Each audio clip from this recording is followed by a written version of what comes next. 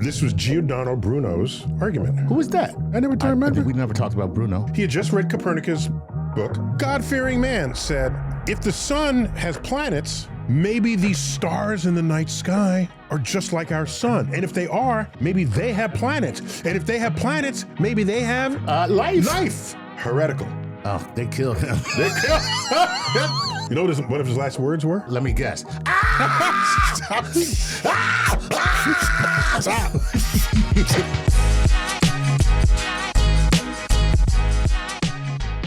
This is StarTalk.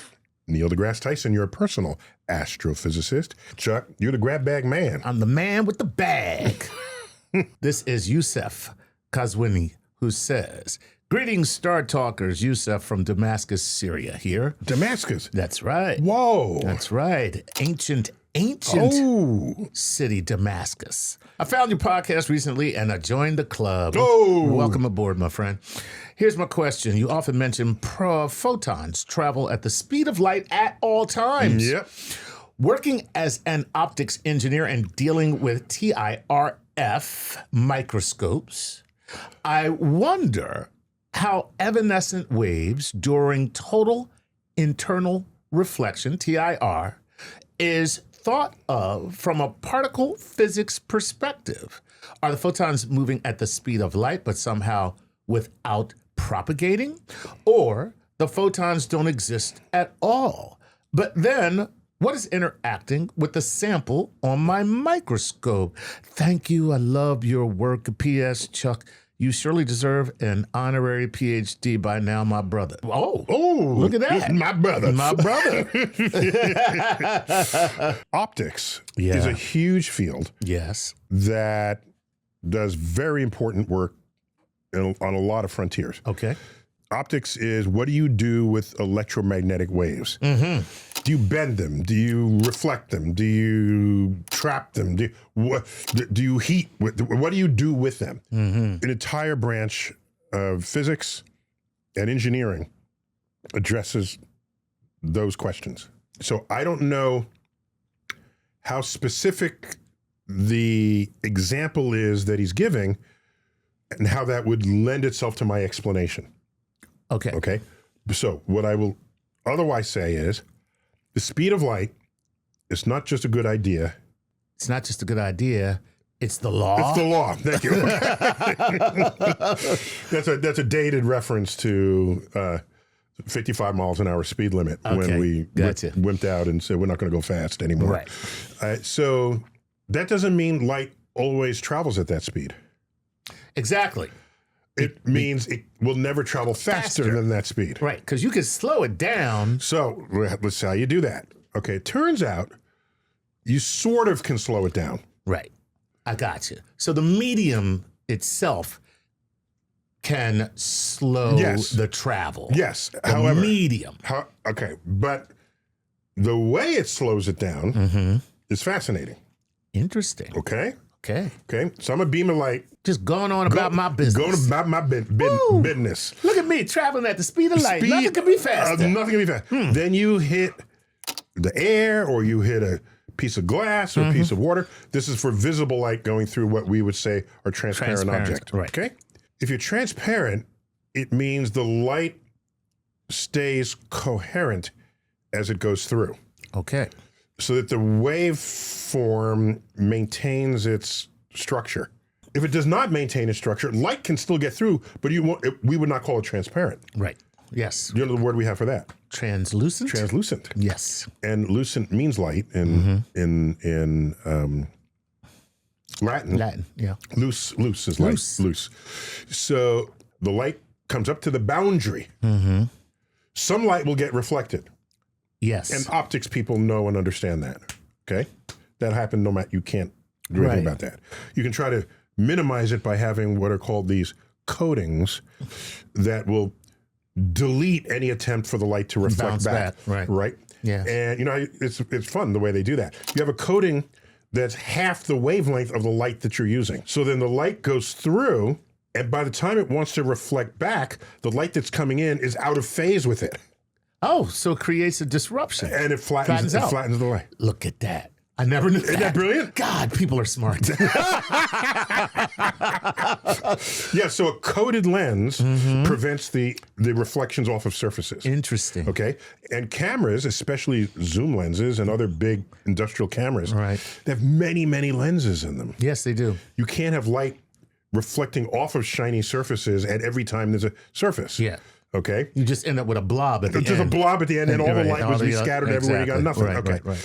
And when I say it reflects, because light will reflect off of practically any surface, whether or not it's a mirror. Yeah. That's what I'm saying. Okay. As so a now, matter of fact, in photography, they have something called a bounce board, and it's just a stark white. I forget the color of white. so it diffuses the light that it comes back to right, you. and Right. that's all it Otherwise, a does. flash can be very harsh. Right, exactly. So you bounce it off of there, and you get the light without the harshness. Without the harshness. So now you took care of that. Mm-hmm. Now the light enters the medium. Between molecules, Okay, light is moving at the speed of light. gotcha. But it hits the molecule. I got to deal with the molecule. I got to go in and come out. Damn it. Yeah. Excuse me. Pardon me. Pardon me. Excuse me. I'm so sorry. It's Bada like- bing. Now I'm speed of light again until I hit the next molecule. Right. And it's, oh, God, here we go. There we go again. Right. It's like walking down a New York City street behind tourists. Right. Yes. Yeah. Tourists are just in the way. They are in in the ways way. that New Yorkers are not. That's right. And I figured I analyzed that. Go ahead. I figured out why. Why? May I say? Please why? go ahead. I'll try to relate it to light going through a medium. Okay. Okay. Here's why. New Yorkers anticipate each other's trajectories because we've done this with each other before. It's a dance that we know. Yes. It's a dance we know. Whereas a tourist, they might step left unannounced. Right. Nobody told you to step left. Yeah. Because I'm about to pass you on the left. Yeah, who does that? Who does that? Who does that? But a tourist who's just ambling Right. on Looking the up. looking up, All right. ambling. Right. And so you can't predict what their next move is, but for other New Yorkers, you can. It's true. Not only that, there are people who are, I've walked perpendicular to people, they're on the sidewalk and I'm crossing the street. You time it. That's So right. that you know perfect, exactly you know when. exactly. No, it's a dance. It's a You dance. got to live here to know the dance. Whereas the tourists will stop. Right. Well, now they just messed up my timing. Exactly. Okay, they'll look, they'll say, excuse me, pardon me. Right. And you get people, I'm trying to get in the subway, okay? And a train just lets out. There are people, tourists will wait for everyone to clear from the stair. No, you don't do dummy. No. You make your path. You make and your they path. know you're coming They down. know you're coming down. They will move aside will as move they aside. come down and you're going up. Right. Correct. Exactly. Just because it's a massive wheel, don't mean You just made me miss my train. You know that, right? That's what you did. Waiting in line to get on the damn stairs. What the hell is wrong with you? I'm late for work. Gosh. And by the way, stand back from the doggone platform. Not that I'm worried about your concerned about your safety. I'm late for work. You fall on the damn tracks. Guess what? Now I'm late. Okay, anyway. How to give New Yorkers a bad name. No. Anyway, so the light in the medium is bumping into the molecules. The molecules of But the in medium. between, It is moving at the going speed back at the speed. It's traveling at the speed of light. Correct. So the combination of getting through the molecule plus the speed of light between molecules on average slows down the propagation of light through the medium. Look at that. This is called the index of refraction. Ooh.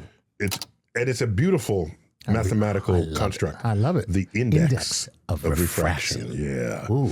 Yeah. So Oh, I love it. and I'll tell you how it works. Go ahead. The index of refraction, you can use that in a formula to tell you how much the light will bend coming in or out of that medium. That's how you make a lens at all. Okay. But the index of refraction, if you take the speed of light and divide by the index of refraction, Go ahead. that's the speed of light in that medium. Ain't that something? That is really cool. Okay, so let's do the math. The index of refraction of diamond is 2.4. What is 1 divided by 2.4? 1 is like the speed of light. Divide by 2.4, what's the number? It's 0.4 something. Exactly. It's 0.4 about something. 0.4. Yeah. So light in diamond is going 40% as fast as it goes in a In a vacuum. vacuum. That's awesome. Isn't it? Oh, I love it so much. Yeah. And so diamond is one of the hardest Right. natural substances known. exactly. It's hard for light to get through as Yes, well. it is, yeah. And even though it's transparent. Right. And before we get get all emotional about light trying to get through the medium. Visible light can't get through most mediums. Like a brick wall, Right. the light can't go through it all. Yeah, it's just like, damn it. That's light trying to get through a brick wall. Damn it. Oh. If light were given a voice, Right. let's try the brick. No, Yeah. no. Let's try the steel. No. Damn it. Damn it. But other wavelengths of light are transparent in these other substances, as you know. So your cell phone works in here because the walls are transparent to microwaves. Right. Microwaves come right on through. No problem. No problem. They don't travel well through plaster, though. What are you talking about? Because my house, the walls are plaster. My house was built in 1898. I think there might be something else in your walls. Oh, you know what? You're right. You might It's have a metal lathe. metal Metal lathe grid. plus, so here's what it is. It's plaster, then it's wood, then it's lathe, then it's metal. I bet there's a metal mesh. It's a mesh. To hold up the plaster. To hold up the plaster. So you're in a Faraday cave, my son. Oh, my God. Faraday cage. That's what it is. That's right. If you're surrounded by a metallic anything, yeah. okay, then the electrons in the metal will conspire to prevent electromagnetic energy from entering. That's why I can only hear the voices when I go outside. Yeah, so that's why. Don't blame the plaster. Damn, plaster ain't nothing to do with this. Oh, that's wow! Look at that. Okay. Yeah, back then they would put up the mesh. Yeah, you put the mesh, and they put the plaster. It would hold the plaster up because all of the little the grid of the metal. Yeah. So if you have multiple internal reflections, that's the light just going back and. Oh, by the way, check this out. Check this out. Okay, ready? What? Okay. So if I have two media with different indices of refraction. Okay. So I have light coming up from one. It crosses the border and it bends. Anytime you go between two media, the path of light bends. It will bend. Okay? Right. That's why sunset happened 5 minutes ago. Right. Because the light bent going from the vacuum of space to our atmosphere, and it gave us an extra 5 minutes of sunlight because it refracted around your horizon. Nice. Okay. So it will bend. Okay. Now watch this. It comes up and it bends. Right. Yes. Suppose I take the angle of the light and make it steeper like this. Then that will keep this come further and further down. There's an angle at which the light never enters the next medium. Oh. Because this bend now takes it backwards into the medium itself. And it's called total internal reflection. Oh, wow. That's something I avoid at all costs. That's why I can't sleep at night. So that's that angle. It's still in the other medium. Right. Bam. Now it's total internal reflection. That's pretty cool, man. It's very cool. I love that. And you can know exactly what that angle is, right? How to do that. And so if you have an optical system where the light is just bouncing back and forth, it is within the parameters of, or you can have just a reflective surface as well. Right. Just a mirror would just do a that. mirror. Right. But anyhow, what you do inside your medium is your business. And what that then does to a beam of light. But yeah. Interesting. There it is. That's all I can do to illuminate. See what I did there? To illuminate that question. There may be other places to go in the physics of optics that I would not have known to touch. Very cool, man. What a great question, and thanks, Youssef, and welcome to the club. Today's episode is sponsored by Delete Me, a service I use to take back control of my personal online data. You know, I've been on the internet a long time, and for years, I thought the worst thing that could happen to me was reading the comments section. Well, I was wrong. With the advent of AI, data breaches, and data brokers, your digital footprint isn't just a history, it's a target. You know the old saying, if you're not paying for the product, you are the product? That means that every free service you've used for the past decade or more has been collecting your personal information. Now, usually, they just feed you ads, but often they turn around and sell your information to data brokers. In the past, that just meant getting a billion robocalls every single day. But today, that data is fuel for AI and scammers, and it's floating around for anyone to buy legally. That's crazy, right? This is where Delete Me comes in, my new favorite tool that gives me the reassurance that my personal information is protected and removed from hundreds of data broker sites, reducing the risk of my data getting into the wrong hands. So how does it work? Simple. You sign up for Delete Me, and they become your personal privacy army, scouring the internet for major data brokers selling your personal info and submitting opt-out requests on your behalf. Basically, you're paying Delete Me to get rid of the downsides of the entire free internet. I want my information protected, and this is the most straightforward way to do it. It's simple, streamlined, and always on, giving me the peace of mind I need after all these years on the web. So if you're like me and you aren't so sure about how much your personal data is being sold on the web, you should sign up for Delete Me today. Head to joindeleteme.com/StarTalk and use code StarTalk for 20% off all consumer plans. That's joindeleteme.com/StarTalk. And we never had this conversation. You know what I'm saying. All right, this is Big G. He says, hey there, Lord Nice, Dr. Tyson, Big G here from California with a question for each of you. Are there any cosmic mysteries that you are most looking forward to knowing their resolutions, but sadly may not be resolved in our lifetimes? Bonus points if you can name mysteries that we are so close to resolving, but it's probably just beyond our reach. Okay, you go first. Well, see, mine is the easiest because I just want to know what exactly is causing the acceleration, the expansion of the universe. Like everybody else wants to know that. Because that's everybody else. But the reason is because I believe that it's a pressure from outside of our universe that bleeds through. That's what I think it is. And I just... You think there's a puppet master? No, well... I'm not going to call it a puppet master. I think there's a bleeding. That's what I'll call it. An injured puppet master. An injured puppet master. Leakage of pressure. Because if we were to find that out, now we have to explore the leak. And that means we're looking at a whole nother universe. And to me, that's fascinating. That's interesting. Yeah. You have to then explore the leak. You got to explore the leak now. Okay. So I can't top that. That's good. No, I would say I don't think we're going to know for sure if there's life in the universe in my lifetime. Whoa. Intelligent life in the universe. Well, then you win the bonus points because that is something we are very, very close to, but it's very possible we may not find in our lifetime. Yeah, I don't think in my lifetime we will know that. What we will know in our lifetime is if there's any life at all outside. In our own solar system. In our own solar system. Okay, because we're looking at Europa. Right.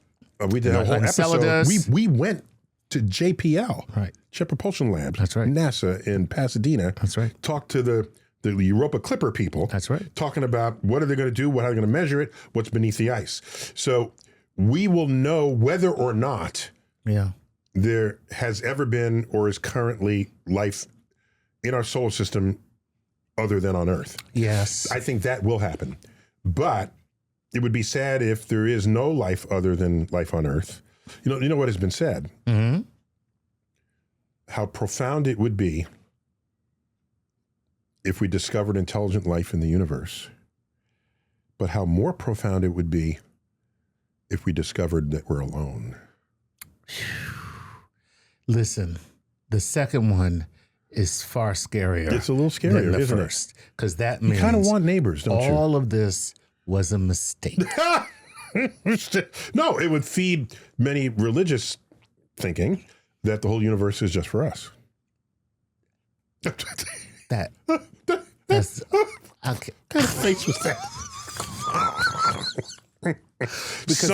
Some branches of Christianity and perhaps other religions as well require that life on Earth be the sole object of God's creation. Okay, I'm just going to say it, and please don't judge me here. I'm being logical, and I'm thinking like God. All right? That's the dumbest crap I ever heard, and here's why it's stupid. I don't need to do all this, okay? I don't need to do... You're God. You're God speaking. I'm God right now. I don't need to do all this to show you that you're the only thing necessary and good and my central and crowning creation. As a matter of fact, all I really need is the sun and the earth, because that's the energy system that makes all of this happen. Yeah, nothing else matters. Nothing else matters. So if the sun, like a hydrogen atom, had just the earth going around it, then I would say there is a God and he made this just for us. But when you look at the vastness of the universe and the trillions of galaxies, all of which containing stars, billions and billions of stars in each galaxy, to a place where we can't even fathom the number of celestial bodies that are out there, then what you're saying to me is I'm stupid and I like to waste my time. I like to waste my time. That's what I'm doing. So God is an inefficient manufacturer and that's it. of worlds. Right. It doesn't make any sense. So either there's a lot more of us out there, not meaning us, but life, all over the place. This was Giordano Bruno's argument. Who is that? You don't know Giordano Bruno? I never remember. We never talked about Bruno. Bruno. Who's Bruno? He's a monk. I'm sorry. That just sounds funny. But go ahead. A 16th century monk. No, really? In Italy. Yeah? Yeah. He had just read Copernicus' book, De Revolutionibus, which puts the sun back in the... I say back because the Greeks knew this, but it got lost in the Dark Ages. But the sun back in the middle of the known universe. Okay. He, religious man, okay, God-fearing man, said, if the sun is in the middle and not Earth, that means Earth is a planet going around the sun like Jupiter and Mercury and Mars and Venus. If the sun has planets and we're life on a planet, maybe these stars in the night sky are just like our us. sun. And if they are, maybe they have planets. Wow. And if they have planets, maybe they have life. Life. Right. Heretical. Oh, they killed him. Because that meant Earth was not the object of God's creation. There you go. So they put him on trial, sentenced him to death. Oh my God. Burned him upside down, naked, in the Campo di Fioro, the piazza in Rome. Right. And I think that's in Rome, not Florence. And they drove a stake into his mouth to shut his ass up, so that even in the afterlife he would not preach such heresies. We don't. Okay. We do not deserve to be a species running things. Okay. You know what his last words were? Let me guess. Stop.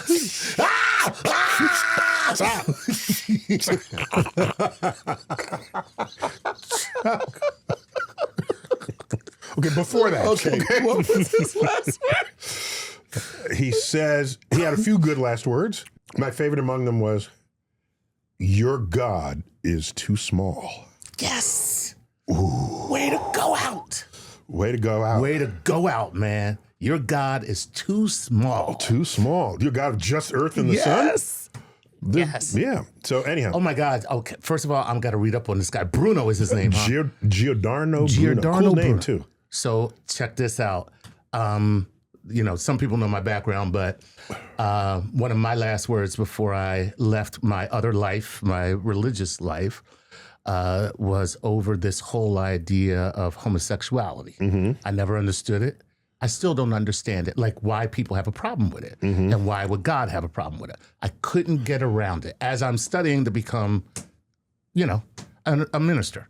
But I thought it's because it's in Leviticus. Yeah, but Leviticus is full of shit. Anyway, I mean, honestly, you know how many people have read Leviticus? Me being one. Okay. So anyway, one of my last... You know what someone told me? A Jewish person told me. Leviticus are just suggestions. Kind of. Because if they were important enough, they would have been a commandment. They would have been commandments. Right. No, seriously. Yeah. The Levitical law. And by the way, it's a Levitical law for the priests. Okay, anyway. I said, a God that needs me to fight this battle for him is not a God I want to serve. Ooh. If God needs me to fight this battle, Homosexuality. yeah, right. What? If that's the battle that I got to fight, Interesting. I got to be worried about two dudes doing it. Like, that's what my God is all about. consenting dudes. Two consenting dudes doing it. Like, that's what I got to worry about. I can't serve that. I got to be out. Anyway, so I love this Bruno dude, and I'm going to check him out. I'm going to check him out. All right. Awesome. Oh, by the way, there's a memorial to him in the square. I'm sorry. Looking very... A little late. Sorry. He's there. He's got his monk robe on, and he's very solemn there. Giordano Bruno. Yeah. Oh, I can't wait. I think it was 1601, something like that. Yeah. That's amazing. Wow, what a great story. I love it. Okay, this is Keith Koenigsberg. Koenigsberg. Yes. With Keith, a K. With a K. Yeah. Keith says, hello, Team StarTalk. This is Keith here, writing from New York, big city of dreams. Here's a question I've been It's wrestling. like the first one we've gotten from New York, New York. It's so true. We don't get a lot of New York people. We're right here in my office in the Hayden Planetarium, and we're getting from Syria, from Pakistan, from all kinds of Chile. All right, that's cool. He says this: LIGO has used light waves to detect the shrinking and expanding of space caused by passing gravitational waves. But wouldn't the waves be in and out of the material of space? If space expands, don't your light waves stretch along with it? And any other measuring rod, as Einstein would say, and cancel out the change. So Yes. Okay. Explain to me What the hell he was just asking? he's really asking. Because I'm confused. What he's saying is we have a laser that bounces back and forth. Right. Okay? We measure the trip of that laser with very high precision. Very high precision. What he's asking is, if a gravitational wave washes over the measuring device, how's the measuring device going to know if everything about it moves with it? I got you. Okay. So if I'm measuring your height, how tall are you? I'm 5'10". You lying, Mo? No, I'm 5'10". Okay, I'll give you five. I'll give you 5'9". That's it. Okay. So you're 5'9", and I have a 5'9" tape measure, and you look at it, it says 5'9", right? Okay. Then we stretch both you and the tape measure. You're still 5'9". True. Unless you have some other way to measure what just happened. They're called Ron DeSantis heels. Anyway, sorry. Go ahead. Okay. That's like a news item from like 8 years ago. It's last year, but who cares? Feels like 8 years. Yeah, it does, doesn't it? So you're absolutely right. If I stretch you and the tape measure, you're still 5'9". Right. But we're talking about something washing over the measurement That's system. fine. So now watch.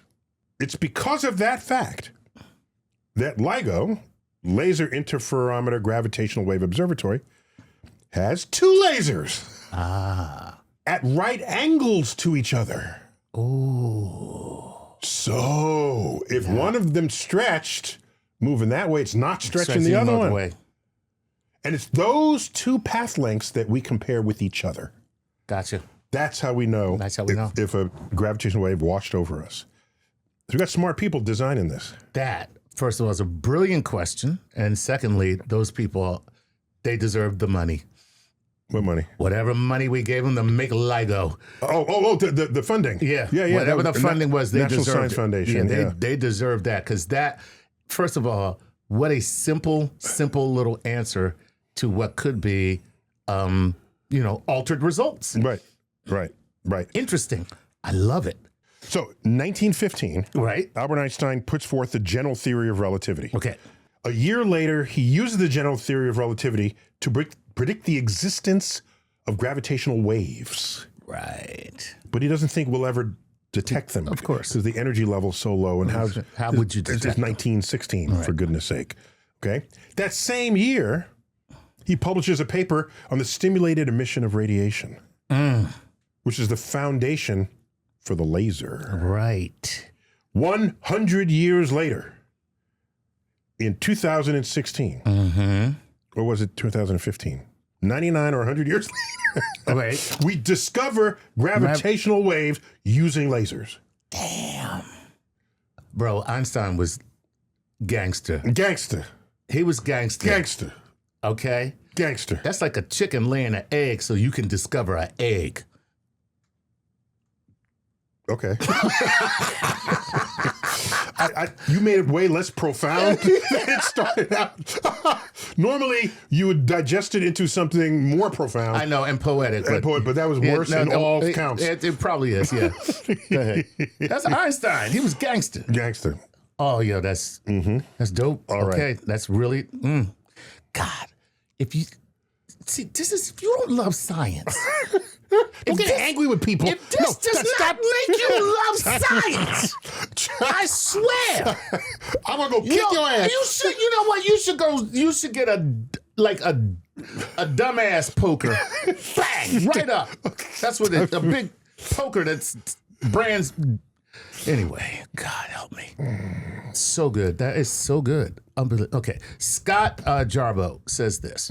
Hello, Dynamic Duo. My name is Scott Jarbo from Seattle, Washington. And you mentioned, I believe recently, that we cannot gather data from sending a probe into a black hole, as we would have no way to transmit any data collected because it could not escape the gravity of the black hole. Okay. So my question is, understanding we can't at this time, if we quantum entangled the instrumentation of the probe with a twin probe that was kept external, could we not record that data that way? And in fact, in general, would that not be a feasible mechanism for interstellar communication in faster than light speed? The state of each should instantaneously mirror. Is that correct? Quantum entangled. I'm not a black hole entangled expert. Okay. So it feels plausible that you should be able to entangle particles even though you lose one of them into the black hole. Right. It feels like you should be able to do that. They should know what the other particle is doing, even though it's inside of a black hole. Should. And so someone interacts with the particle that just went into the black hole, which then triggers the measurement of the one outside the black particle hole. Outside of the black hole. And that way you knew something happened in the black hole. Right. I don't see why that wouldn't be possible. I don't know what to say. I don't know what to say. If you don't know what to say. I don't see why not. Okay. No, but they want to talk about faster than light communication. Right. The problem is your thing has the information already built into it. Right. You can't, after the fact, change that information. Now that we know. So this normally communication happens where, turn left instead of right. Right. All right. And if it's already built in, I can't do that. Right. And so there's still some jury that's out on how we will fully exploit quantum entanglement as a communication mechanism going forward. And from what I have read, it's less favorable than you want to believe it is. Okay. For these reasons. All right. Okay. Right. All right. This is James Peterson. Hello to my personal astrophysicist and personal science comedian. My name is James Peterson from Lacey, Washington. Here are my scenarios and related questions. Two manned spacecraft are approaching each other at a constant rate within a huge cosmic void. Neither one is accelerating or decelerating. There are no other visible or detectable objects within this cosmic void, just the blackness of the vacuum of space. Neither of them knows if they are moving or stationary. They only know that they are approaching each other at roughly 20% the speed of light. What would be the reference point for each of them to determine their individual velocities, assuming that they could compare rates of time on their clocks as they pass? Could the relative speed of their clocks be used to determine their individual velocities, and individual velocities relative to what? Everything is relative, you know? Do all these people have jobs? Yeah. To have the time to come up with questions like this? I know. It's just like, this guy, weren't you satisfied with two trains leave the station at the same time, one in Chicago, one in D.C.? He didn't stop there. He didn't stop there. So what he's not getting right in the question, the simple point, is each of them does not know if they're moving. as far as they're concerned, they're stationary. Right. So he's saying, well, they approach each other. I don't know that. As far as I'm concerned, I am still in a void, and I see this other craft coming towards me. Right. There it is. That's the only thing that matters. That's it. Right. That's it.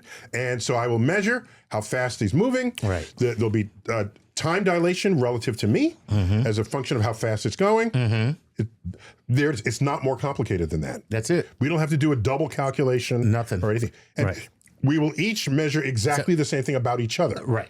Because it's relative to the observer. It's relative to the observer. And correct. so each one of us will see the other ship coming. We will measure that. And we will think we are not moving at all. And we're going to still stay stationary as far as we're concerned. Correct. And when the ship goes by, it's like, whoa, did you see that? Right. And that's going to be the end of it. That's the beginning and end of it. Right. And there were jokes back in 1905 when Einstein came out with this for the first time, special relativity. They try to egg him on. Say, hey, Einstein, when does Grand Central Station arrive at the next train? That's actually kind of fun. Damn. So, boy, haters no matter. I know. There's I haters know. no matter what. I know. Even Einstein had haters. Look at that. All right. So this is Vexonar who says, greetings, Dr. Tyson. What is who? Vexonar. Vexonar, okay. Vexonar, who says, greetings, Dr. Tyson and Lord Nice. What are you putting in your time capsule for the next generation to open? Oh, Interesting. So. Yeah. So. Go ahead. I just got to say this, okay? And there's a book written on this. I forgot the name of it. Forgive me. I don't remember the author. But there's nothing less interesting to a subsequent generation than an earlier generation's time capsule. Wow. And the evidence of this is nobody remembers where any of the time capsules are buried. There's ceremony, there's the mayor speaks, and then as things move on and culture advances and technology advances, no one cares what your sorry ass from 40 years ago thought was modern. Right. And exactly. Look at this, a phonograph. I was in Flushing Meadow, near the Unisphere. Okay. Tell everybody what the Unisphere is. It's the thing outside of the old World's Fair Stadium. It's a big giant globe, right? Yeah. I mean, it's the one it's what anyone thinks of when they think of the Flushing Park. Yeah. Okay. It's Earth. U.S. Steel created this for the World Fair. And there are these three rings around it, evocative of John Glenn's three orbits around the Earth. I did not know that. I'm just saying. So there I am. This is maybe 15 years ago. I'm just sitting on a bench. I forgot why I was there. I don't remember. Forgive me. I don't remember why I was sitting on a bench in Flushing Meadow. Because I don't live in Queens. Usually I'm just driving through Queens. But I'm sitting there, and I look down, and under the brush, I parted for. Here is a time capsule from 1965. It was like a time capsule buried in that spot. No one cared. And they just put a bench on it. No one cared. Nobody gave a damn. There's no memorial around it, no ceremony, nothing. Exactly. We have a time capsule for the Rose Center here. And they asked me, what do I want to put in the time capsule? So I thought about it. I said, okay, I'll tell you what I put in it. I put a Metro card in it. Oh, and guess what? That's a good thing to put in it because they don't exist anymore. So you were ahead of your time. So I put in a Metro card. I think I put in an iPod. Oh, okay. Okay. And interesting. This was modern stuff. Right. At the time. We're all excited about it. But who cares? Right. Because like both of those things are non-existent now. They're non-existent and no one wants and one. Nobody wants one. No one cares about them. No one wants one. We moved on. Right. So for me, time capsules, though they mean well, I think are one of the greatest misplaced investment of our attempt to communicate with the future. Okay. That's very cool. I don't want to be victim of that. Right. So no, I'm putting nothing in it. I'm putting the transcript of every speech given by President Trump. Just the transcript. No audio and just the transcript. Just the words. Just the words. Okay. So that they could read it and go, what the? How? Words of the most powerful person in the world. Exactly. The most powerful man in the world said these words. Okay? Let's see it. Thomas says this. Dr. Tyson, Lord Nice, greetings from Hungary. Hungary, love it. Yeah, way to go. In an earlier episode, Dr. Tyson said that mathematically, the horizon of the universe has all the same properties as the event horizon of a black hole. That got me thinking, if our universe would be a black hole, knowing that gravity has no limits on range, could the continuous falling in of matter into our black hole universe explain accelerating expansion of our universe? And if that would be the case, is there any possible way to detect such matter since it would be at the edge of our known universe? Thank you for your work. That would be true. Good question. That would be true if we were not expanding exponentially. Right. Okay, so the fabric of the universe is expanding, and because of that, there's nothing falling in. Right. It's taking it with it out to the edges. Yes. So, Yeah, but if we were not that way, and we just had our horizon, an object moving could just kind of cross our horizon and show up. And it'll just show up, okay, if it moves in that way. Or you wait enough time, I should say that differently, wait enough time, that horizon washes over the next set of galaxies that are sitting there waiting to be seen by you. Because right now the horizon is 14 billion light years away. Wait a billion years. Then it's 15 billion. That's a whole extra universe that's in your horizon. Right. You know the scariest day of them all will be? What? You wait another billion years and there's no new galaxies to reveal themselves. It meant you reach the actual edge of the universe. Yes. Not just the observable universe, but the edge of the whole universe itself. Right. That's a scary day right there. That's kind of a cool day, though. It is kind of cool. Yeah. But it also means cosmology will evaporate because at that distance, we're seeing things that are that old getting born. But if there's nothing there, then the galaxies that a billion years ago were just born, they're now a billion years old. Right. In another billion years, they're 2 billion years old. And there's nobody new coming in that's just being born. Gone is cosmology. Look at that. Yeah. Wow. That is a scary day. I have it on my calendar. All right. This is Bill. This might be the last question, I think. Okay, last question. Look, Bill gets the last question. Bill says, "Hi, Dr. Tyson, Lord Nice. This is Bill. I made it easy for Chuck to say, shut up, Bill." This is how you pronounce Bill. He says from Bannock, Scotland. And he says, "I need some cheering up considering the state of the earth in a few hundred years, maybe sooner, if he whose name we shall not mention gets his way. From now, when humankind has finally turned Mother Earth against us, which species that exists just now would you imagine will pick up the cloak of dominance that we humans held for a few thousand years? Will they be land-based, sky or sea-based, or even amphibious? What is it about the species that leads you to that conclusion? Or do you see a bright future for us and what that future would look like in the event we are still here in 25?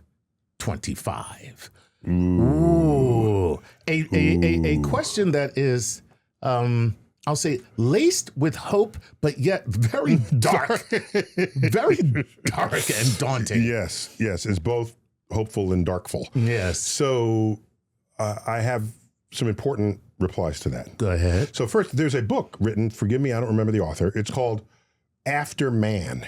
After Man. Something like that. Okay. Okay. And is that like... What it does is it renders humans extinct and it looks at other animals to see what would become of them. Oh, I thought it was a woman who left her husband for a lesbian relationship. After Man.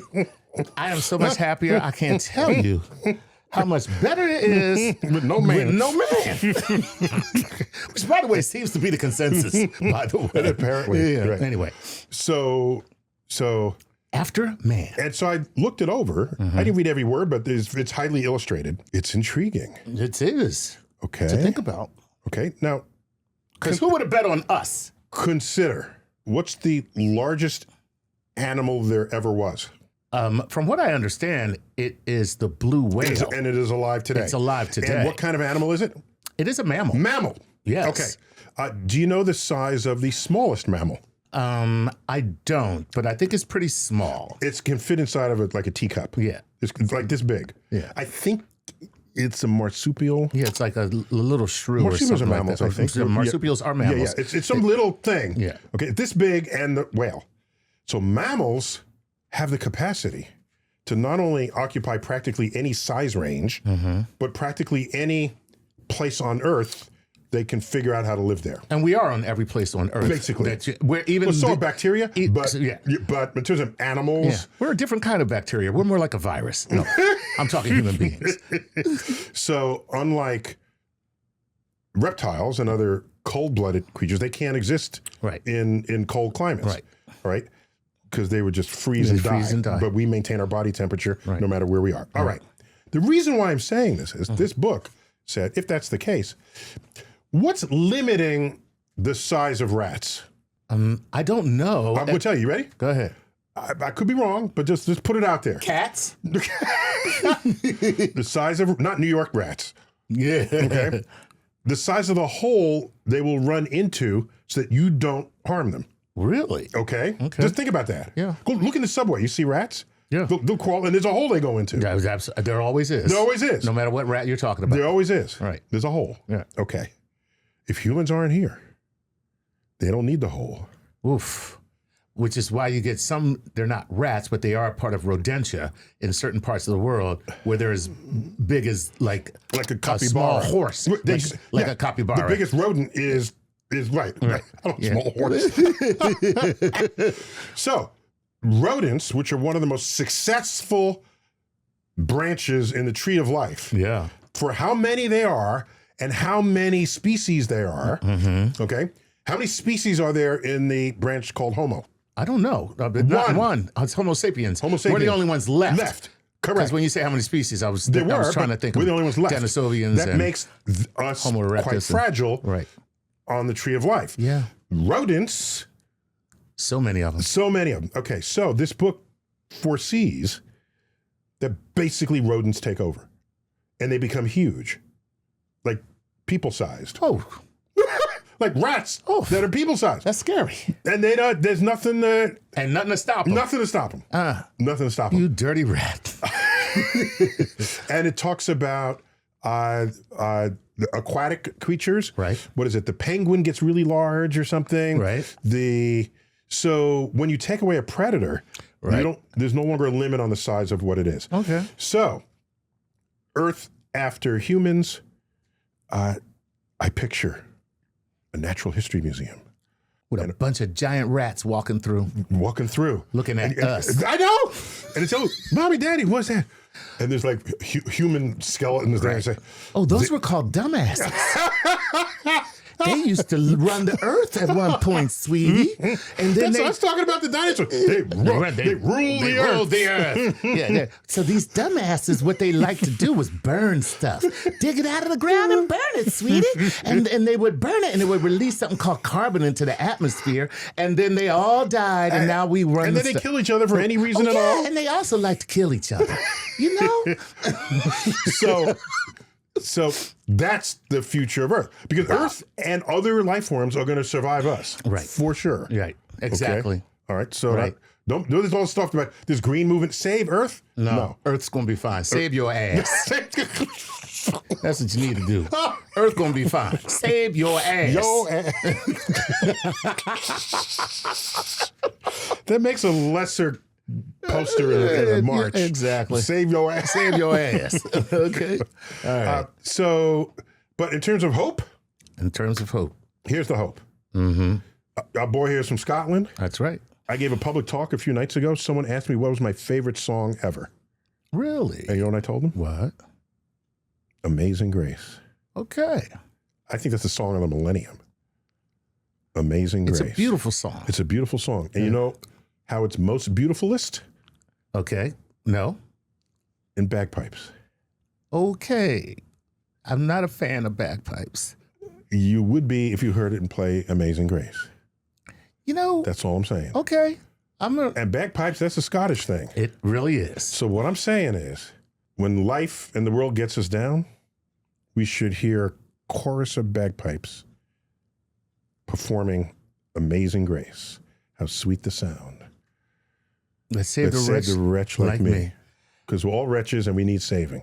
It's true. From each other. So Scotland may be the savior of us all. Well, look at that. All right, we gotta go. We gotta go, right? Oh, man. That was fun. That was so much fun. All right, this has been yet another Cosmic Queries. What kind of edition? This is Cosmic Queries Grab Bag. Grab Bag with Chuck Nice, of course. Neil deGrasse Tyson here, your personal astrophysicist. Always good to have you, Chuck. Always a pleasure. As always, keep looking up.